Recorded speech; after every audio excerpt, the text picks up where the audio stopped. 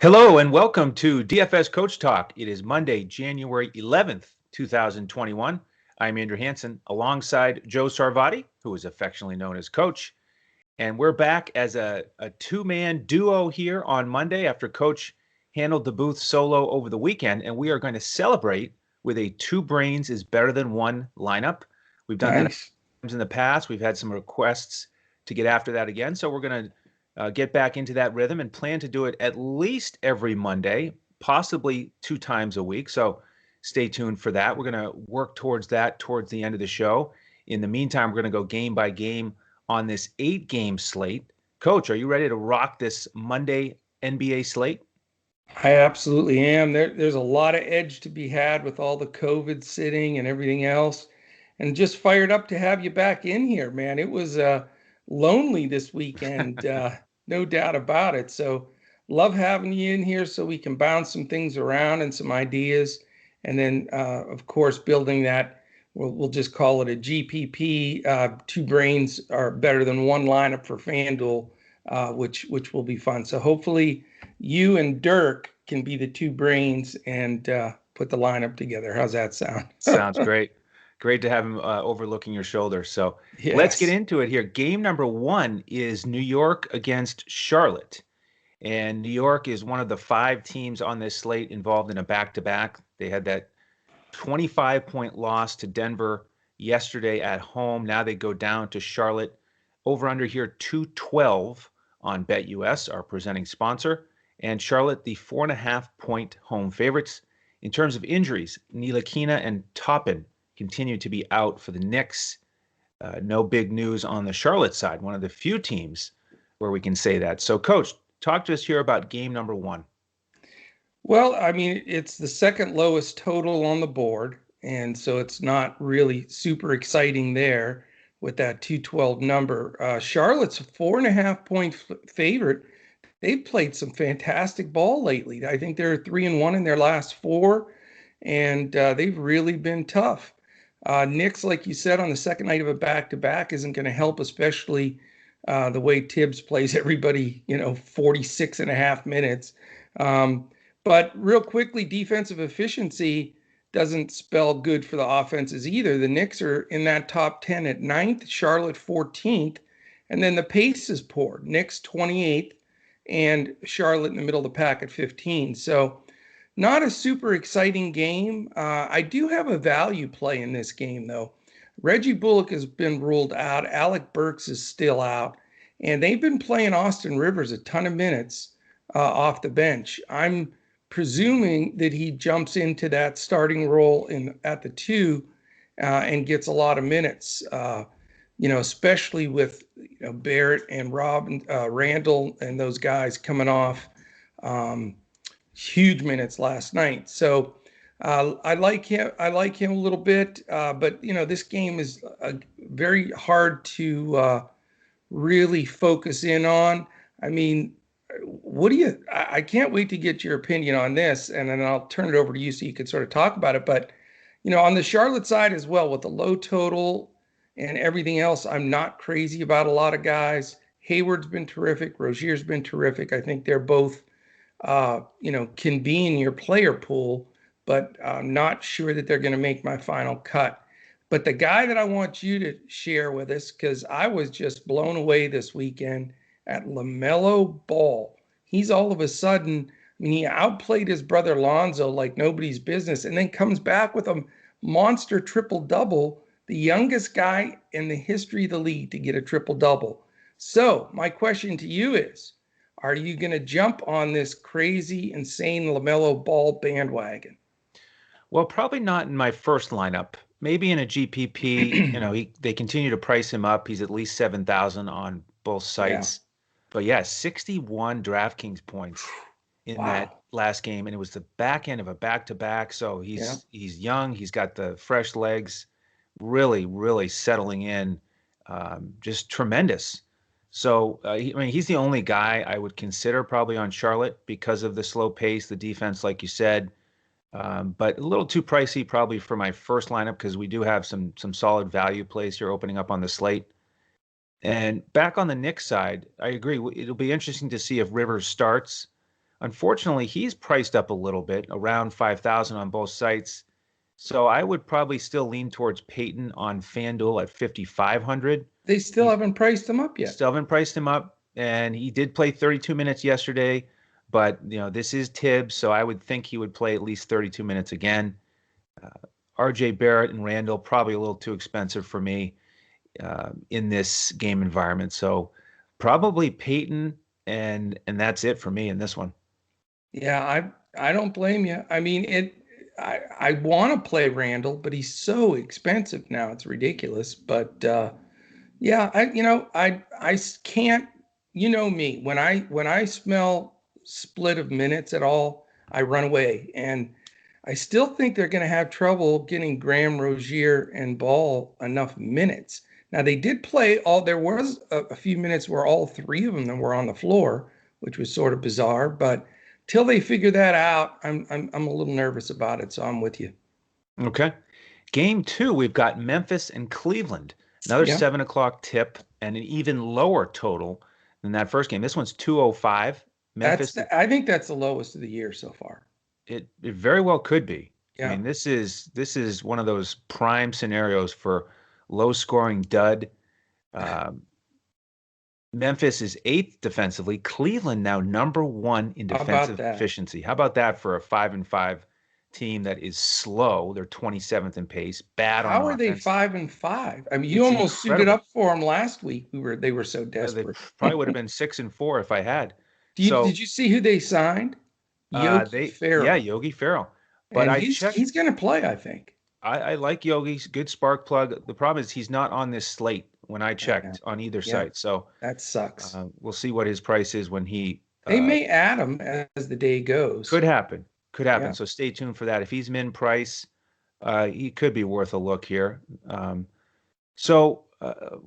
The big injury news here, we've got all the guys still out for Cleveland. Love, Dellavedova, Garland, Exum, Porter. That's why they signed Yogi Ferrell. And then we've got Colin Sexton questionable. So potential value there. But again, bad game environment. On the Memphis side, we've got John Contra still out. No other injury news that I'm seeing. So in this low total game, I'm not excited about it in general. I mean, Sexton, if he comes back, he's dealing with the ankle. He's about almost 7,000 on both sites. I don't know if I'll go there. On the Memphis side, I do like Melton's price on DraftKings. He's still 3,800. He got up to 22 minutes last game.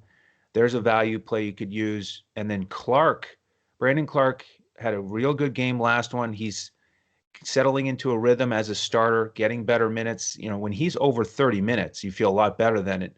Because when he was coming off the bench and getting 22 minutes, it's just a little too close for comfort. But I like him on FanDuel at 5,600. So for me, again, this is probably a one-off at most as a value play. Do you see this game any differently?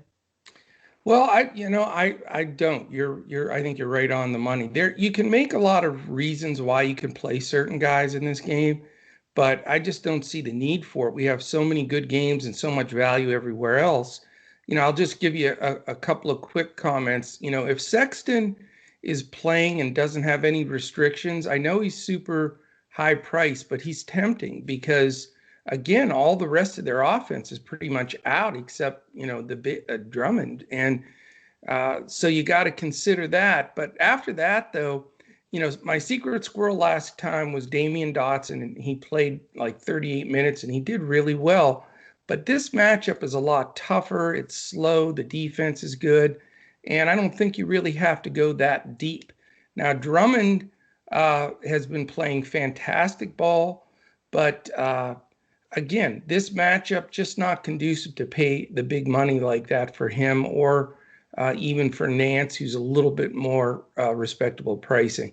Now, I want to say something about Brandon Clark, because I've liked him since we saw him in Summer League a couple summers ago.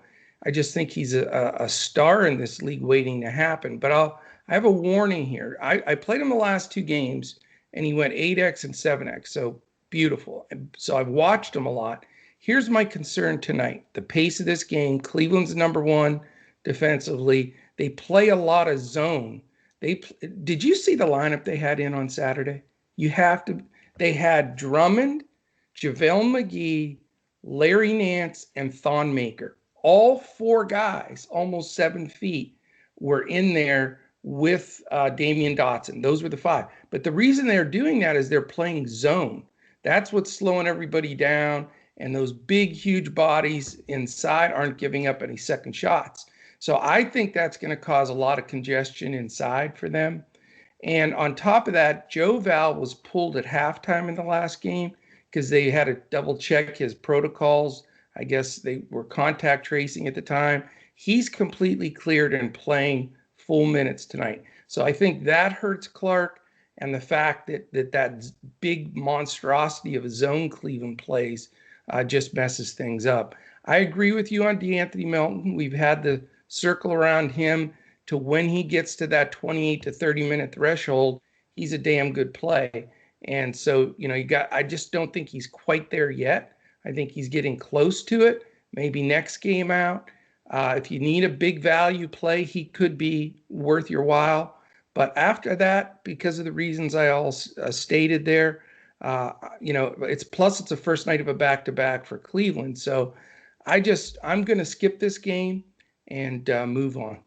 One more thing about Clark. This seems like a perfect time to mention. His little floater, that like 12-footer one-handed shot, is really amazing. I think he's maybe top 5 in the NBA on that shot, including with all the point guards who really practice driving into the lane and shooting that little one-handed floater. Yeah. And so, he might still be able to get that off against the zone.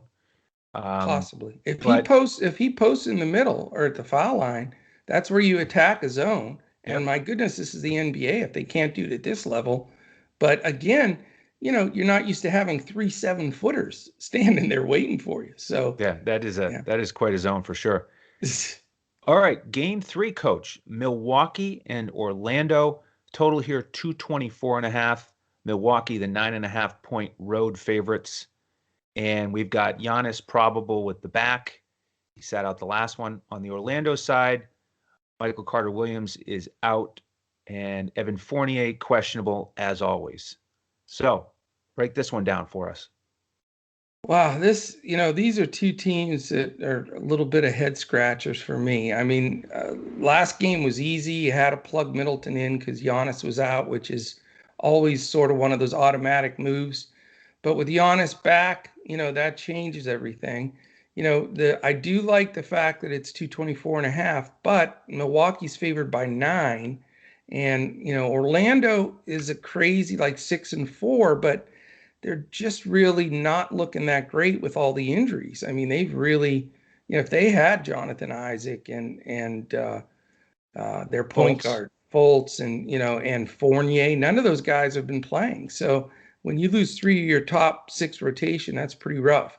So, you've got 9-point favoritism with Milwaukee with a rested Giannis, which is scary.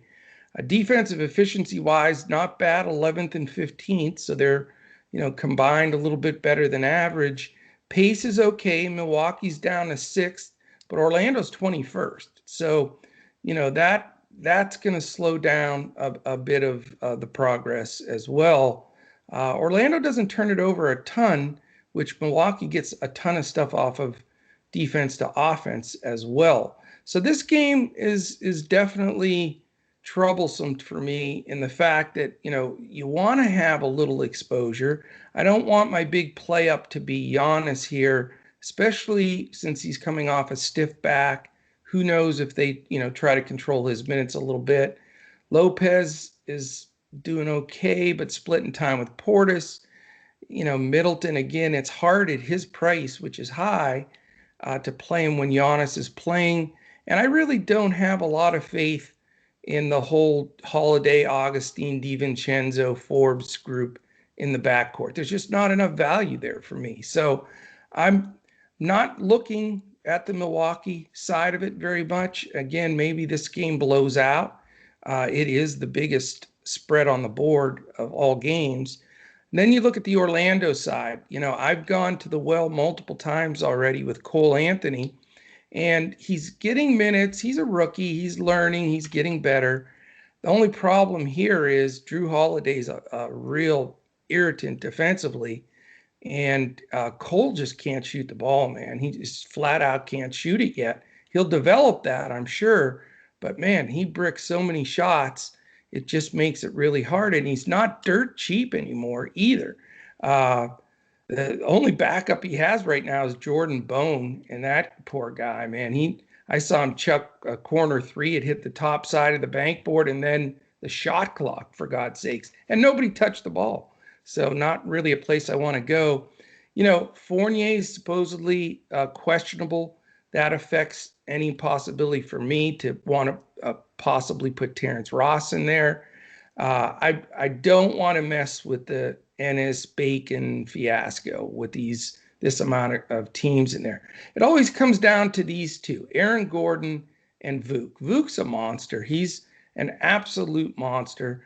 But you've got Giannis lurking in the paint, Brook Lopez, who gets a lot of blocks and body in the way. But Vuk's a monster. You can put him in there in any matchup. He can do it all, and he's tempting. Aaron Gordon, I rostered the last game, didn't look 100% right to me. He had sat the game before. His timing seemed off a little bit. But, he's also one of those guys that if you get him on the right day, he can absolutely smash a slate. Is Milwaukee the right day? I'm not sure. But, for me in this game, it really comes down to, do I want to spend up for Vuk at center? If not, is Gordon a decent play at power forward? If I was going to play anybody on the Milwaukee side, it would be the pay up for Giannis, and then I wouldn't play Vuk just because he's so dominant. But I'm probably not going to go there, even though it's a 224.5 total. The efficiency defensively, team and by position, and then the pace, again, not my favorite game of the night. I'm very similar. I don't think I'm going to pay up for Giannis. He could certainly smash here, but there's enough guys that are in that 8 to 9K range. I'd rather get a couple of them instead of one Giannis here. On Orlando, Vuk certainly in play. Gordon, though, is the key focus for me as a guy that I'm really going to think about down to the wire. I like his price on both sites, under 7,000. Yeah. There are a couple other power forwards I like on FanDuel, but he's definitely in the mix. I like that he got 36 minutes in the last game. So he's in the mix for me. And the one value play I will look at if Fournier is out is Bacon, because he's only 3,700, especially on DraftKings. You get the 3-point bonus. Last game, 27 minutes, got up 13 shots. And he hasn't really had a great breakout game yet with this opportunity. But if he keeps shooting 13 times a game, then he just needs to get hot once, get a few rebounds to pay off that price. So he's in the mix for me as a potential GPP play if Fournier is out. So as always, stay with us here, follow the news. One of the advantages to membership is we are monitoring that news right down to the wire, right until we give out our lineups about 25 to 30 minutes before tip-off. So if you're new to the program, there are two ways to join. Might as well mention it now. You can go straight to our website, dfscoachtalk.com, and pick up whichever membership you want based on length of time. We'll send you an email, get you into our Discord, and then that's where we give out our lineups. Or take advantage of the tremendous BetUS offer that's still on the table. You deposit $149 there as a first-time deposit with the promo code CoachTalk, all one word. You get to use that $149 on BetUS, and you get a free membership with us all the way until April 1st. So definitely take advantage of that. If you can be a new customer to BetUS and you like the sports betting, go ahead and make that deposit, and then let us know on Twitter that you've done that. You can find us on Twitter at DFS Coach Talk. All right, Coach, game 4 here, the other 7 o'clock tip, is one of the games I'm more interested in here. It's Phoenix and the Wizards. One of the higher totals here, 229.5. Phoenix 6.5 point favorites. And we've got the contrast in pace. Phoenix is dead last, but of course the Wizards are first. Yeah. And this is the only game where both teams are top 12 in offensive efficiency. So I think we could get one of the highest scoring games on the slate. Wizards, of course, terrible at defense. Again, they're 28th. And Phoenix is above average. They're seventh. But overall, I like this game environment. We've got Westbrook out and then Thomas Bryant out with the unfortunate knee injury. Yeah. So um, perfect opportunity for Beal to keep crushing it. You know, he's had 3 straight games with not only over 50 fantasy points on DraftKings, but over 25 field goal attempts. It's crazy. So they are running the offense through him, and he looks comfortable. He looks smooth out there. He's expensive, but he's in play for me as a pay up option. I'd rather pay up for him than Giannis today, about 1,000 cheaper. And then with the Westbrook news, you look at these guards, Neto, Ish Smith. Unfortunately, they're both in the 4K range. So Yeah. to me, they're really more potential cash plays. I just don't love those price tags. You also look at the bigs with Bryant out, and Lopez and Wagner are in consideration for me. One on each site. Wagner's cheaper on DraftKings. He's only 3,600. Lopez is cheaper on FanDuel. He's 3,500. After that injury, Lopez got 21 minutes. Wagner got 20 in the last game. And he took advantage of it, Coach. He had 13 and 7, and he picked up 6 fouls in those 20 minutes he fouled out. Oh my God. Hack City, huh? Hack City. And, you know, Wagner's the type of guy that, you know, he's got the versatility to shoot outside and be productive. And the backup bigs for Phoenix, you've got Saric out there, but no real stopper defensively. So I think Wagner is in play for me again on DraftKings. On the Phoenix side, you know, we've talked multiple shows about this split usage between Chris Paul, Booker, and Ayton. Yeah. But you know, for this game, I'm starting to consider Booker. Finally, he's 7,600 on FanDuel. Again, fast-paced Wizards, terrible defense. I could see him stepping up here, especially after your boy Mikal Bridges had his ceiling game last time out. Nice. Over 30 points, 6 of 8 on three-pointers. He took almost as many shots as anybody. Yeah. And, man, he's 47% on the season now on three-pointers. Yeah. So Bridges is in play at 5,700 on FanDuel. But I kind of like Booker to step up here and finally have a ceiling game. What do you think about that? I love it, man. We are dead on this game. I mean, this is going to be my pay up game. This might be my key game of the night. I want to play Booker and Beal, and I know it's going to cost a fortune, and I get it. But if there's ever been a scenario where it lines up for the two guys to just be in a shootout back and forth and not be able to do too much about it, I think this is it. I mean, with Westbrook out, usage-wise, Beal is number 1 in the league. So, I mean, what else has to be said there? So that gives you, you know, that side of things. Phoenix defense is decent, but it is a 230 total, and the game is at Washington. So I think you'll see that game open up, and with the pace that Washington plays at, I love it. So I'm with you. That's my big news on this podcast is, and you know, there's some good ones also I want to release in Discord to our members. But for this podcast, for everybody, I'm paying up. I'm going with Booker and Beal, and I'm just looking for the old-fashioned 46 points, 42-point kind of thing with the two guys just battling it out. Now, I agree with you, Mikal Bridges. Cam Johnson also is playing really good ball.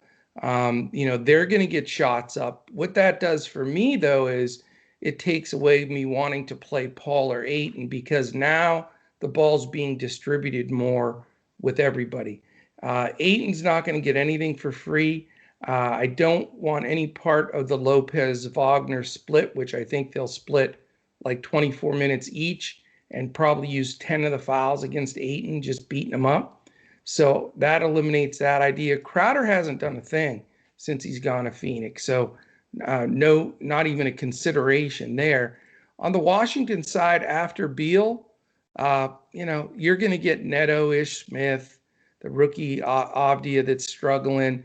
You know, the other part of the reason why I don't like the Lopez-Wagner split is they will play small and let Rui Hachimura play a little center as well. And then Bertans is going to come in and get a few shots. So just two too spread out that they're not enough, anybody that's going to step up enough. And, it just, the usage number with Beal makes him, to me, unpassable. So I'm the two super studs here and probably just going to walk away with those two and hope, like I say, we have that old-fashioned head-to-head Donnybrook where they can't stop each other. That'd be a lot of fun to watch. Those guys could certainly make that happen. I hope All right, so. let's transition to the second half of the slate here. We've got Philly and Atlanta at 7:30 Eastern. Philly on the front end of a back-to-back. They're going to host Miami tomorrow. This one is a 222 total. Atlanta, the 6.5-point favorites against the 7-3 Philly team because of all these absences. Yeah, so on the Philly side, we've got quite a list here. Ben Simmons, Tobias, Shake, Thibault, Poirier, Ferguson, Curry, Korkmaz, all out. That's it, huh? Wow. That's it. Yeah, so you said Tobias, right? I did. Yeah, So thankfully Embiid is probable. Yes. So he'll come back and anchor that crew. On the Atlanta side, Trae Young is probable with a right wrist issue. And then Bogdanovich is out with the unfortunate knee injury. So he has a broken kneecap, for God's sakes. That is rough. And then we've got some bench guys who are likely to come back here, Fernando and Tony Snell. But with all of these missing pieces for Philly, walk us through this one. I'll tell you what, man. I would assume Embiid's going to be the highest owned player on the slate. Let's just start right there because they don't have a whole lot after that. And so I would assume his usage is going to go through the absolute roof. Now, for me, I'd love to play him, but can I fit Beal, Embiid, and Booker? That's going to be a test and a half. And, I'm going to chew on that. And I think it's possible on FanDuel to make it work. DraftKings is going to be a little bit tougher. But, Embiid deserves to be the chalk. They're going to go to him on every big shot. You can play him with Tyrese Maxey. That was the talk of the DFS space this weekend when he went bonkers when they didn't have even Embiid. He's certainly playable without question. And with Simmons and Shake being out, Maxey and Embiid could be a two-game, two-man show. And, Maxey's price is really good. After that, Danny Green just hasn't been right. Maybe Mike Scott plays. They're scratching for people. But I think, most people will start their roster with Maxey and Embiid, and deservedly so. Because of COVID, it's going to be a very, very unbalanced usage here for sure. And Atlanta's been playing terrible basketball. I don't know if you noticed, they just look bad. Trae's off. Their whole team's off. I think they're under 500 now. Very disappointing start for a team with a bunch of expectations. Do they take advantage of Philadelphia being so shorthanded? All those great defenders for Philly aren't playing. So it does scare me. I'm not going to Trae at that price. I'd much rather, go up a little and have Beal and Booker. But I don't see him playing consistent enough right now. Plus, the other thing that is interesting is the ancillary players for Atlanta are chipping in more and more and more. DeAndre Hunter is now always, to me, I put an eyeball on him. He's doing everything. He can shoot it. He can rebound. He gets some stocks for you, as well as Cam Reddish. Those two guys are starting to play ball and make noise here. John Collins, it's tough for him sometimes to get to his value because he's so pricey.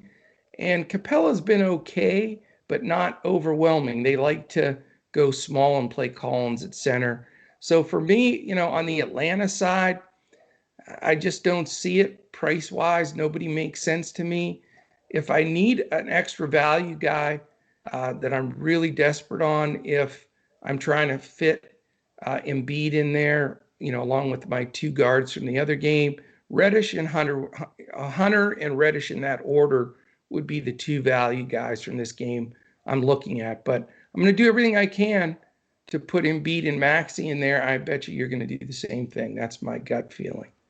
Well, I think Embiid certainly makes sense, but if I can only play one Philly guy, it's going to be Maxey. He's going to be locked into every lineup on both sites. I like his price. Great situation for him, like you said, with Simmons and Tobias Harris still out. So Maxey's in for me. Embiid, secondary option. I will consider Danny Green. He's under 5,000 on both sites. Got 36 minutes against Denver, 17 shots. Yeah. And, there's not anyone else to really look to. That's true. I mean, it's like comical, the names that you have to consider. The guy named Dakota and Isaiah Joe. Dakota Mathias, he was on the Mavericks roster for a while. Yeah, some of these guys were having trouble making the G League, let alone starting for Philly. It's something you'd see out of a movie. This list of characters. It's hilarious. Who the heck is Paul Reed, by the way? Yeah. I mean, I know everybody in basketball. I don't know Paul Reed. Yeah. No, or is he the water boy? No, I had to look these guys up for sure. On the Atlanta side, I'm also not going to pay up for Trae Young here with the right wrist limitation. Hunter would be the guy for me. If I'm going to play one guy from Atlanta, he's ahead of the list. I like that he's shooting over 40% on three-pointers, good minutes, just nice all-around game. Reddish is extremely cheap on FanDuel. I just don't trust him. He could certainly pay off that value with big minutes here. I'd be more interested in Herter off the bench. With Bogdan out, he got 33 minutes last game. Reasonable price on both sites. So he's a GPP option for me. All right, Coach. Game 6 here. We've got the Pelicans against your Mavericks. And interesting here with two top 10 defenses. Total here 218.5. The Mavs are 3.5 point favorites. And I'm going to let you break down the Mavs side here in a second with Porzingis possibly making his debut. He's going to play. Yeah, and a lot of guys out with Kleba, Josh Richardson, DFS, and Brunson. I mean, man, we're going to have you break down the Dallas side. There's not much to break down. On the Pels side, Steven Adams is questionable with a migraine, so Jackson Hayes could be a value play. But, talk to us about Dallas here. Two good defenses in this game, low total, but the Porzingis factor. Yeah, here's the thing. They haven't announced it. They haven't said it. The amount of minutes restriction it'll have. They have officially announced on the Mavs website that he is going to play. So he's playing. He's in. My thing is, I don't see him playing more than 15 to 18 minutes.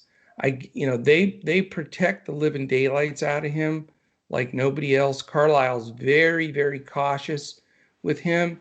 And just because the Mavs are so shorthanded, he's not going to roll him out there 28 minutes or anything like that. It's just not going to happen.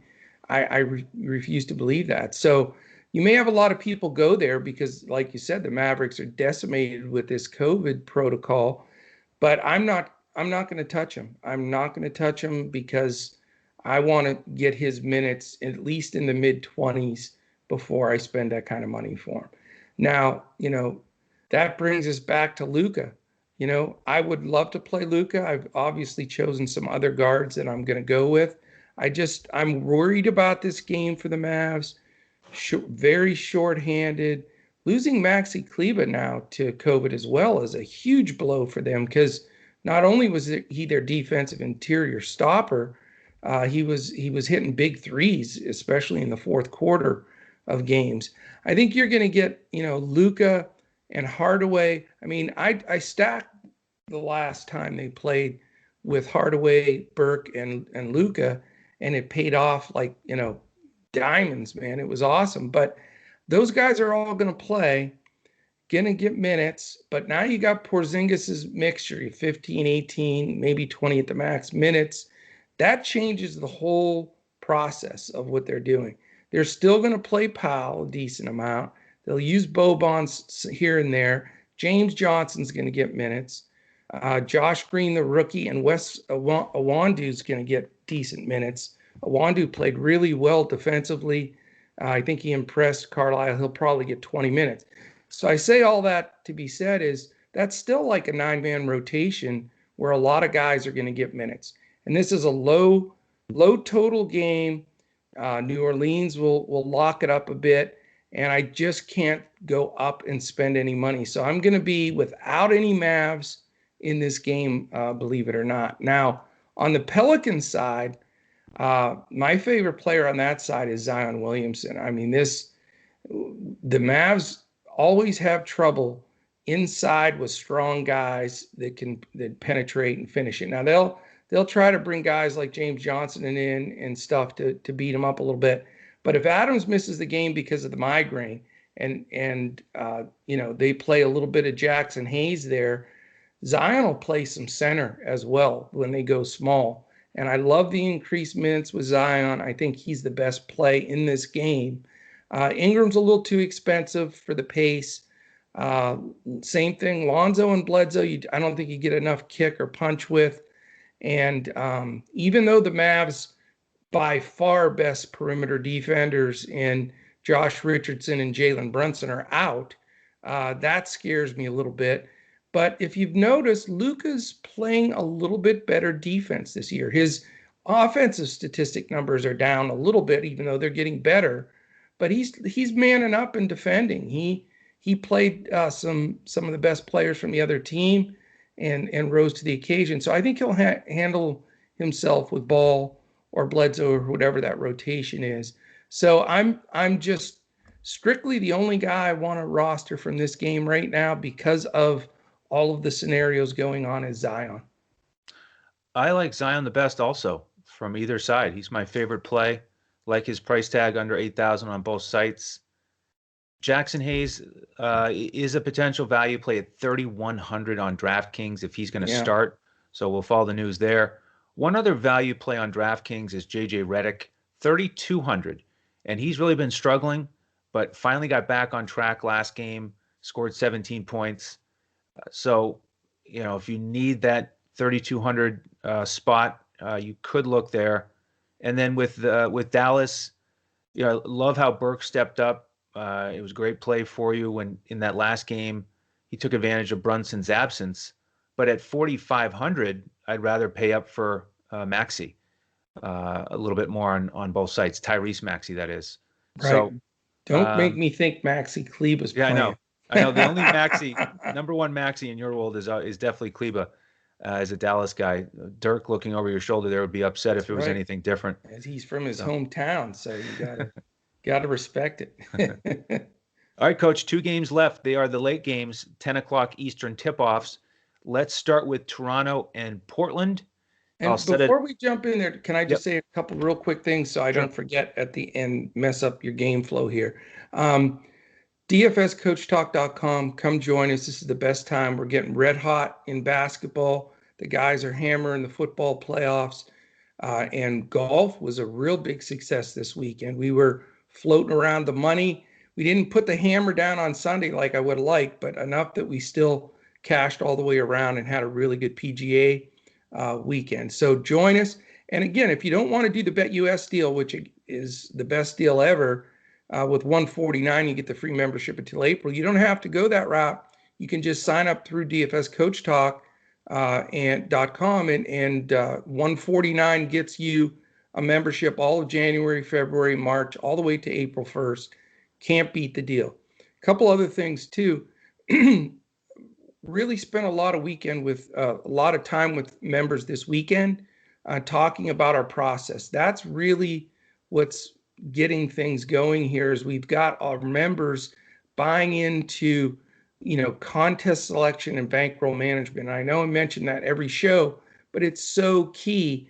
And we really coach to that, and it's producing winners. I mean, guys that have been going all in and playing the milli makers and stuff are now building a significant bankroll on a daily basis with 20, 30, 40, 50% profit on a given night, just building that bankroll. So you definitely, want to check that out. We have a special podcast with bankroll management and contest selection that you want to check out. And then, Andrew mentioned earlier, and it was a great point.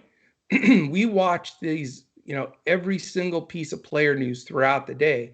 But here's the key that I want to remind everybody of. We don't give the lineups out 30 minutes before lock and then shut our computers off. Where you can crush, especially in this year in the NBA, is late swap. DraftKings, FanDuel, Yahoo, all have late swap. With all of the information with COVID, with the constant questionable that some of these teams are playing, like LeBron and AD are questionable every game, but all these guys being listed as questionable, you have to build your lineup accordingly so you can do some late swap and it makes sense. And then you have to follow that news. Most of this weekend, we made at least one or two player moves as the games were going on. So if you're a member, you're in Discord with us, our whole community's in there, including our pros. And anytime there's any news that breaks, we're posting it. We're making those changes in the lineup. And that's given us a huge edge because not everybody is following that close enough to get that late swap in. And again, that's why we're in that 13% that wins consistently at DFS and not the 87% that loses. So just wanted to sort of get on my soapbox a bit there, and let's hit these last two games. Absolutely. 2 games to go, and then we're going to build that 2 brains better than 1 lineup. So a lot of fun here to get ready for this slate. And these last 2 games are attractive to me. So I'm going to let you break down this first one. It's Toronto against Portland. It's the only game over 230 on BetUS. 230.5. Portland, the 5-point home favorites. Toronto on the back end of a back-to-back. They had that close loss to Golden State yesterday as Pascal Siakam missed that buzzer beater. They lost by 1, so they stick in the Pacific Northwest and they travel to Portland. And in terms of the injury news, I don't think I wrote down anything for this game. Is that possible? Yeah, we haven't heard any rest stuff for Toronto. I'll tell you, Nurse isn't that far behind Tibbs as far as playing his guys' minutes. Exactly. So I don't think he's given anybody a night off, especially since Lowry just had a night off 2 games ago. So I think everybody's playing. All right. Well, Portland's pretty bad defensively. Are you going to trot out any of these Raptors? Well, I'll tell you, I've played more Raptors than anybody in the last three slates. I've been riding high with, the 3 studs, 4 studs now. I literally think Boucher now deserves to be mentioned in the stud category. I mean, he blocked 7 or 8 shots yesterday. He can shoot the 3. He's getting big minutes. He is a monster. I love that guy. I held him for 2 years in my keeper league, the one I've been in for 41 years, and he's finally starting to pay off. And then, of course, the 3 super studs. Siakam, they have more clear outs for Siakam than anybody I've seen in the entire league. It's almost like Kawhi-ish, where they'll just clear everybody out, give him the ball, and he's basically going to either do a step back shot or try to beat the guy to the basket, and everybody else just stands and spots up. So when you look at Siakam, of course, Van Vliet and Lowry, and now Boucher, those guys are all in play, and you've got the largest total on the board here. Defensive efficiency, 17th and 23rd, which is terrible. Again, Nurse's teams have never played this bad defensively. And then here's the winner, Andrew, 8th and 7th in pace. So this is going to be the highest owned game. It's a late game. People love to stack it.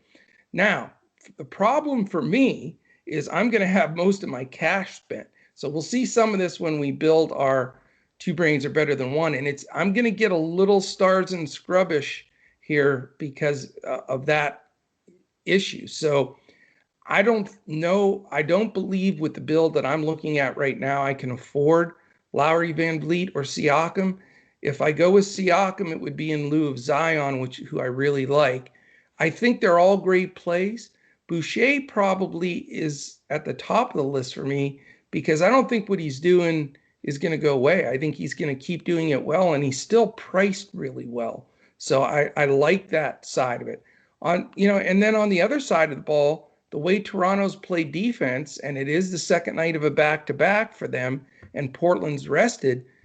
I mean, McCollum's been absolutely phenomenal. He's been as good as Lillard. So those two have to be considered.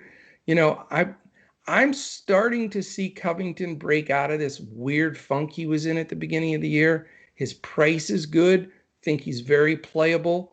I don't have the money to spend up on Nurk. I think he's decent. But for me, if you can afford any of the combination of, Van Vliet, Lowry, Siakam, Lillard, and McCollum, those are going to be five chalky guys. And now I got to figure out if I can fit one of them in my lineup. So are you stacking this game? Well, I probably won't stack it for my first lineup. I think you could get multiple guys into a lineup. I think a full game stack would be difficult on this slate, because McCollum is the X factor as a shooting guard on FanDuel. I mean, they're just such great options at shooting guard with Maxey, Booker, Beal, and others. So, I don't know if I'll go to him today. I agree with Covington. He's in play, just way, way too cheap on FanDuel at 4,800. Yeah. And by the way, he was in the low sevens last year. Do you remember that? Yeah, absolutely. 7.2, 7.3. Yeah, when he was in the 6K range, we were getting excited and locking him in. Yeah. And they took forever to price him up. And so now he's way down. So I like him. And, he is an X factor in this game because of his defensive versatility. He did guard D'Angelo Russell the other night, but I don't think they're going to use him on a guard in this one because of Siakam. I think Covington he'll play Siakam. Yeah, I think he plays Siakam here. So that makes me worry a little bit about Siakam. I probably won't go there. And watching him on those clear outs, those one-on-ones, they are certainly doing that a bunch and giving him the opportunity. But he doesn't look comfortable to me in the one-on-ones. It's like he's moving quickly, he's driving, but he's always off spinning. Balance a lot. He's off balance. He's not decisive enough and getting to the rim. He's just kind of learning to play one-on-one. He is. And the opportunity, though, is nuts. The opportunity is terrific. He's got the athleticism to do it. Yeah. But he hasn't gotten to that next level yet of other one-on-one players in the NBA. He could get there very soon. But with Covington defense, I'm likely to shy away from him.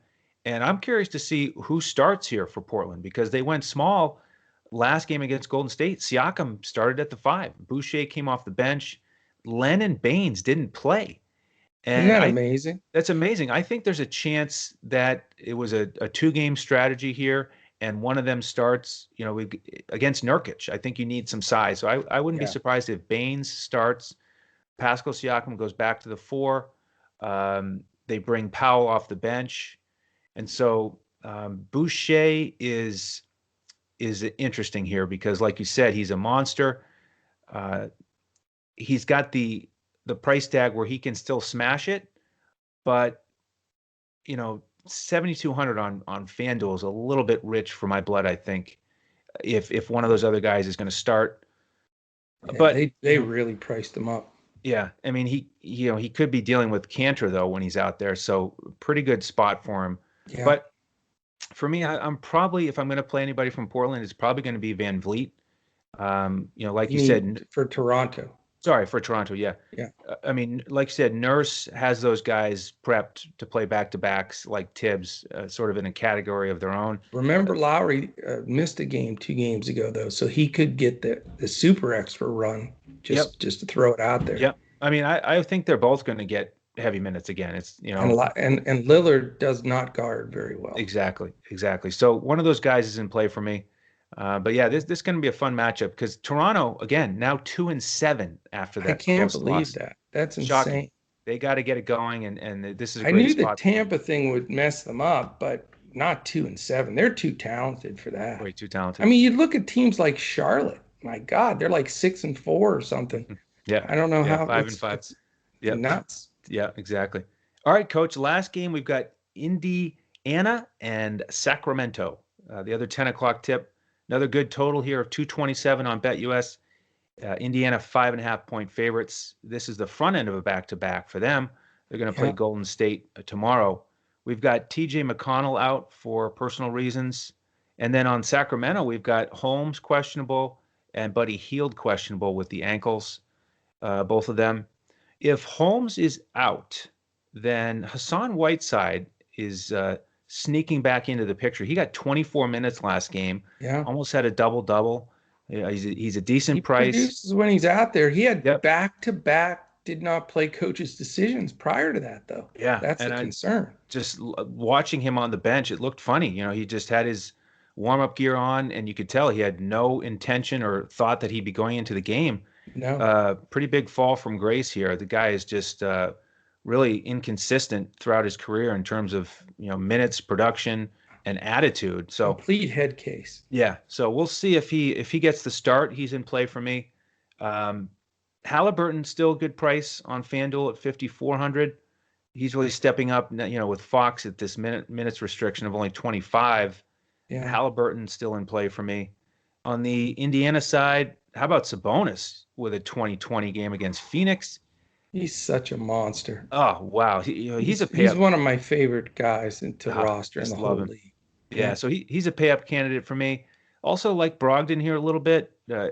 Low 8K on both sites. Sacramento dead last in defensive efficiency at number 30. So I Yeah. think Brogdon could have a strong game here. I like him a lot on this slate. You like anyone from this game? The guys that I like, I'm not going to have any cash left for. I mean, I'm with you on Sabonis and Brogdon. I think they're really, really good plays here. It does, the thing I can rest on though is it is the first night of a back-to-back. So he may not try to extend them because they have to play tomorrow. I'm hoping in that instance there. On the Sacramento side, I just, I don't trust Whiteside as far as I can throw him. He may get the start and may have a really good game.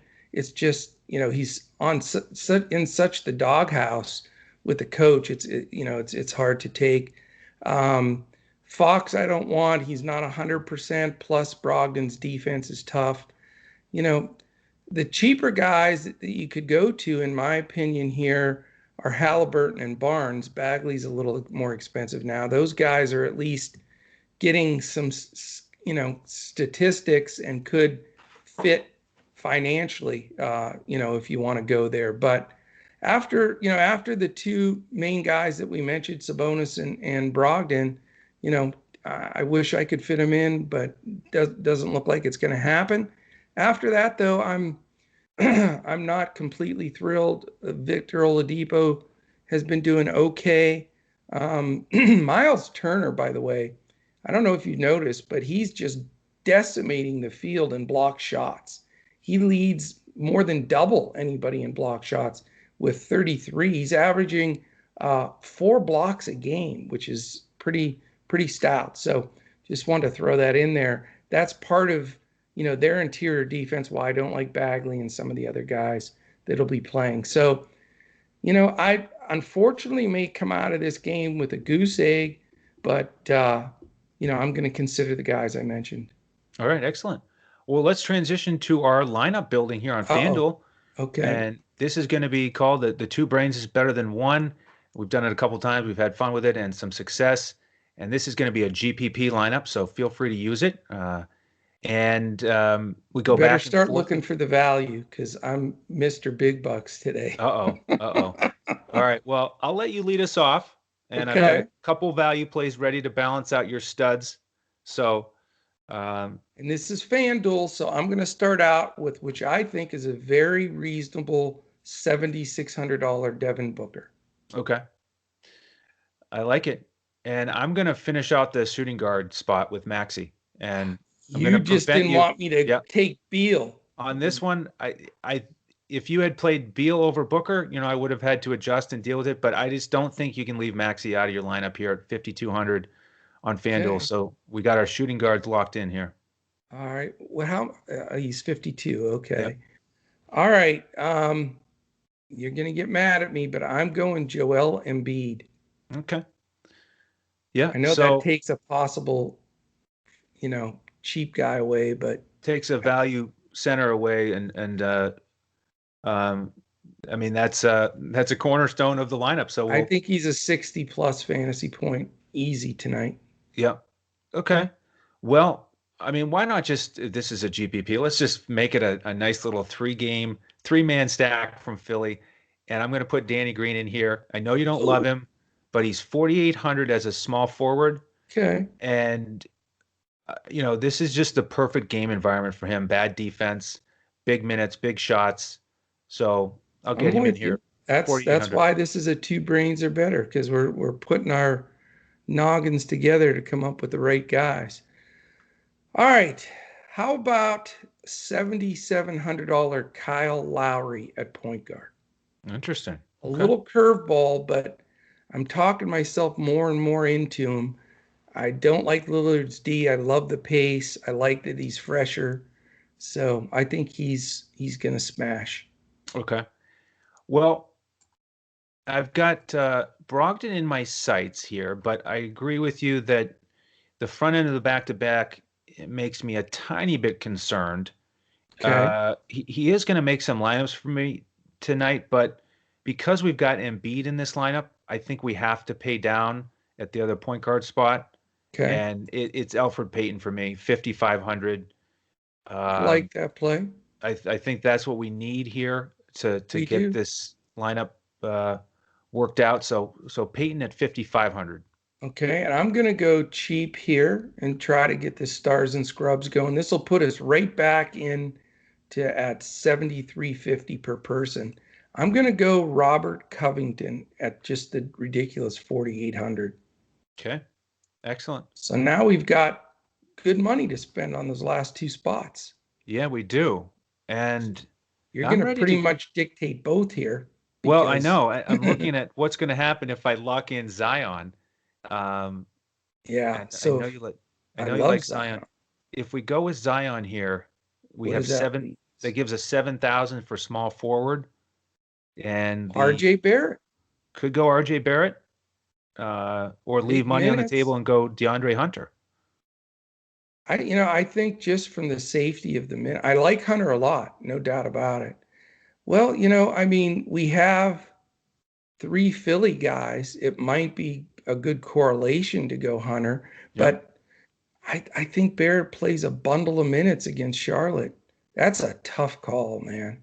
Yeah. If we Well, paid up. are you taking Zion or do you want to choose one of these two guys and I'll take Zion? It's up to you. No, I'll go ahead with Zion. I'm looking back at the power forwards. If we went with Hunter, we could pay up for Siakam, but you know, From Covington? no, from Zion.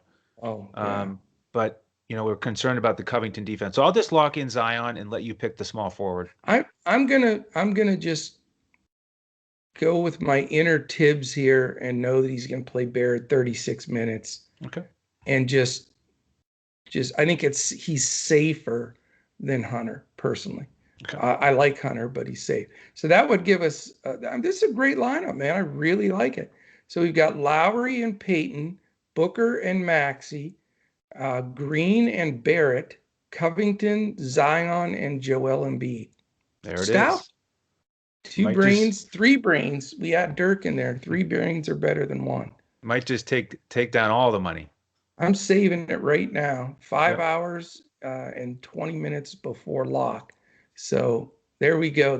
I'm the first one in for the money here, going for the big bucks. Yeah, and I might also make another lineup where if you pay down from center from Embiid, if there is an extreme value play that opens up, man, Yeah, you could have a lot of fun you paying up, could. paying up from Barrett, paying up on one of the point guards. Or paying up from Green too. Yep, exactly. Or if we want to go to Siakam from Zion. I think Zion smashes tonight, though. I really do. Yeah, I like that, like that value. All right, Awesome, well, man. yeah, well, Good that was a lot of stuff. fun. Good work. Thank you all for tuning in. I hope you enjoyed it. Hope this lineup works out for all of us. We can celebrate tomorrow. We'll be back as always for another breakdown of the NBA DFS slate. do hit that like button and subscribe on YouTube for us. Hit the alert button so you know when these posts. They are going to post right around lunchtime as a matter of course. That's our plan here. Keep cranking them out so you can get your lineups built, and then follow us on social media for any final pivots.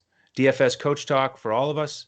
You can follow Coach at JoeSarvadi. I am at Language Olympic, and Shane is at DET Sports Shane. That's the crew that we've been trotting out here for our podcasts. Appreciate all of your support, throughout the winter here. We're having a lot of fun, and we're just going to keep cruising along. Coach, any final thoughts? Let's get after it today. I really like the base builds that we've got set up, so ready to go get it. Excellent. All right. On behalf of the coach and the rest of the DFS Coach Talk team, I am Andrew Hansen. We'll see you tomorrow as we look to crush it in DFS.